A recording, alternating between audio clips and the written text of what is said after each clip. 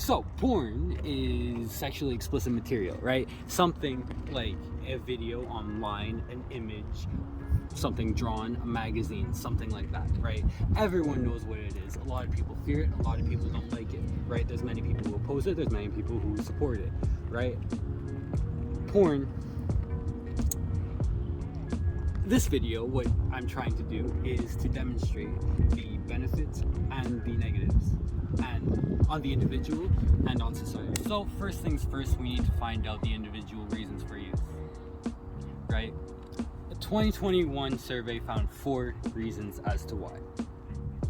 So the first reason for consuming porn that they found was for people who are more oriented towards a short-term relationships, right?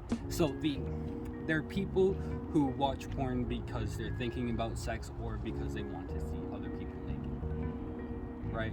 And the second point was for enhancing your own sexual performance, right? These people were people who watch porn in order to learn new ways to have sex, right? Either new positions, new ways,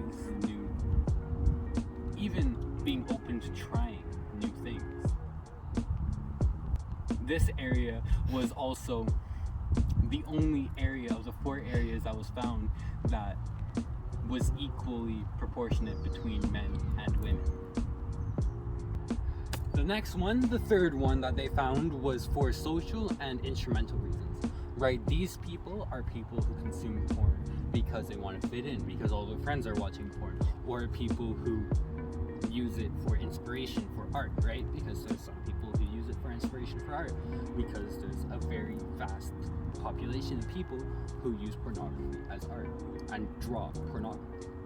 So the last one is for people who have emotional and relationship issues, right? Or the absence of a relationship, more to say, right? These are people who will use porn when they're feeling down and they just want to feel okay, right? These people are people who have problematic use, right? They're people who cope with negative emotions that they don't want to feel otherwise, right? These people, they exist, and they're typically what is associated with porn use. So now we understand what some of the reasons why people are going to might use pornography and consume pornography, right? Now, what happens to them once they use porn regularly? What are the possible impacts that it will have on someone? So one possible thing that can happen to someone, that there is quite a lot of evidence to suggest this, is that men who regularly consume can start to have more of a rape myth acceptance. That is to say that they believe that rape isn't something that actually happens, even though it's sad and it's grim to say, but it's something that happens because a lot of the more popular porn categories, they explain and they propagate this idea that women want to be dominated, even if it's not necessarily true. So it's possible that the rape myth acceptance can happen, but another possibility that is a little bit lighter in the tones is for enhancing a person's sexual knowledge, right? So they can understand people better, they can be more open to trying new things, more open to other people's sexualities and other people's everything, really. They become more open to everything sexually, and the sexual aspects of everything. A very possible thing. You just need to have the open mind and understand that that's not exactly how it happens in the real life. So now we've understood how porn affects and how it happens on the individual, right? Why they're going to use porn and what happens to them after they've used it for a while, or at least a couple of possibilities as to what can happen. So now, let's open our eyes and open the vision a little. Let's look at society as a whole. How will it affect society as a whole if porn use becomes widespread, which arguably already is. So, in society, right, you've heard people talk about porn, and for the vast majority of the population and a lot of social groups, everyone is opposed to porn, particularly from the religious standpoint.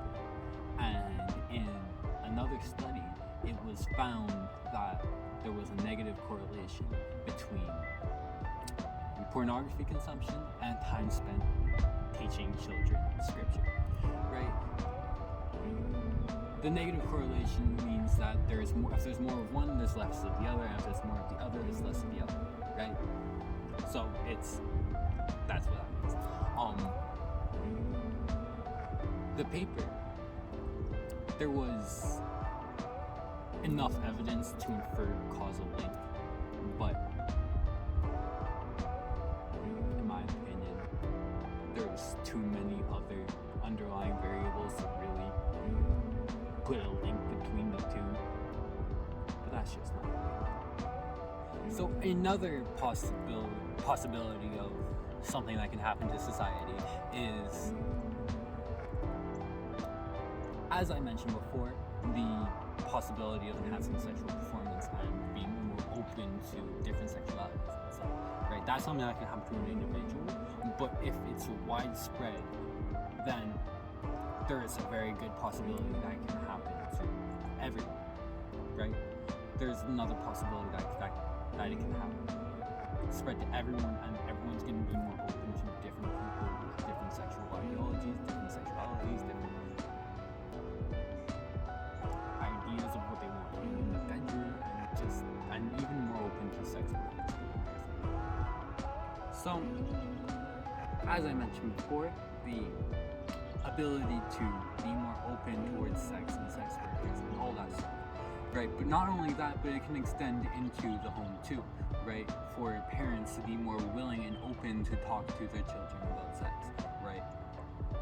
And talking and being, and just that talking and being more open to talk about sex removes some of the stigma and the taboo around sex, right? So kids can be more informed about it as they grow up and as they go through everything, right? So, and that just increases the amount of understanding that kids have for consent, which in a lot of places is an issue for some kids to understand consent, because the conversation topic just doesn't come up enough. But that's only one possibility. There is another possibility that's far more grim. In fact, another possibility that is the exact opposite of the one that I just mentioned. Because there's possibility that, because as I mentioned before at the beginning, when I was talking about how there's been studies that have shown that it increases rape acceptance and it reinforces the negative and just unadaptive gender roles that already exist in our society. So there's another possibility that can just go down deeper and deeper into the negative route. So then really, what's the takeaway from all this? What are you supposed to take away from this video? What are you supposed to learn? That's my point of this video, is to just educate on the benefits of pornography and the possible detriments of pornography. So now, does porn have benefits? Yes, but they're potential and they're very circumstantial. And does it have negatives? Absolutely, it does. And negatives have so many more scenarios and positives. So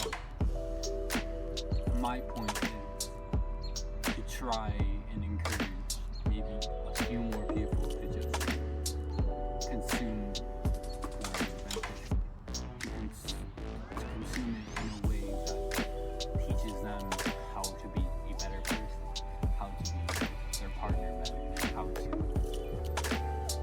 overall just be more themselves. To educate, like maybe a parent who's talking to their kid, time without sex to just be good, or even a friend to be more open, that's and really at the end of the day it's just education. It's just education on everything, what education is.